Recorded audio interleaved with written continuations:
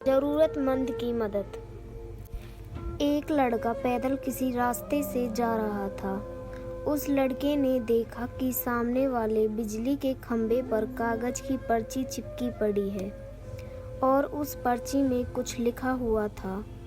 वो लड़का थोड़ा नज़दीक जाकर पर्ची में क्या लिखा है वो देखने लगा। उस कागज की पर्ची में लिखा था, कल इस रास्ते से गुजरते वक्त मेरे 100 रुपये कहीं गिर गए थे। मैंने ढूंढने की बहुत कोशिश की लेकिन मुझे वो नहीं मिले। कृपया इस रास्ते पर कहीं भी किसी को भी मेरे 100 रुपये मिले तो इस पते पर पहुंचा देना। पर्ची में उसका एड्रेस भी लिखा हुआ था। लड़के को ये पर्ची पढ़कर उस एड्रेस पे जाने का मन करने लगा। वो लड़का उस एड्रेस पे जाने के लिए आगे बढ़ने लगा।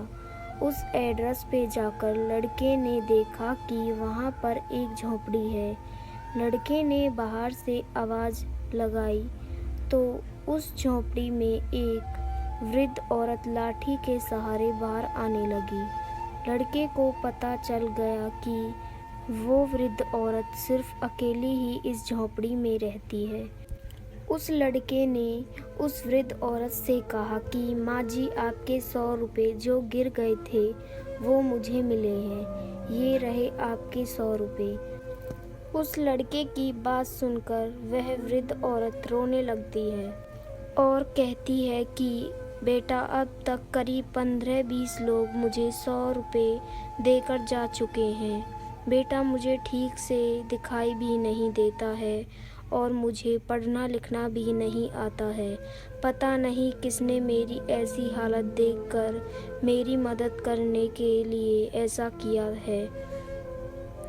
लड़के ने 100 रुपये रखने के लिए कहा पर वो वृद्ध औरत नहीं मानी। लड़के के बहुत आग्रह करने के बाद आखिर में वो वृद्ध औरत मान जाती है, लेकिन वो उस लड़के से कहती है कि तुम जाते वक्त वो पर्ची वहाँ से फाड़ कर फेंक देना। मुझे पता नहीं कि किसने मेरे पे तरस खाकर ऐसा किया है। लड़के ने कहा, माँ जी, आप इस बात की फ़िक्र मत करना, मैं वो पर्ची फाड़ दूँगा। अब वो लड़का उस वृद्ध औरत के घर से निकल जाता है।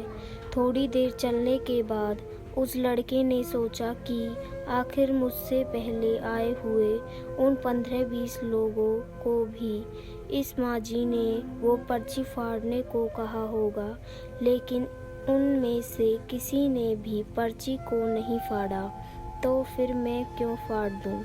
वो लड़का उस पर्ची को बिना फाड़े ही वहाँ से चला जाता है। उस लड़के के मन में उस व्यक्ति के लिए बहुत ही आदर और सम्मान था जिसने ये तरीका ढूंढा था और इस ज़रूरतमंद वृद्ध औरत की मदद की थी।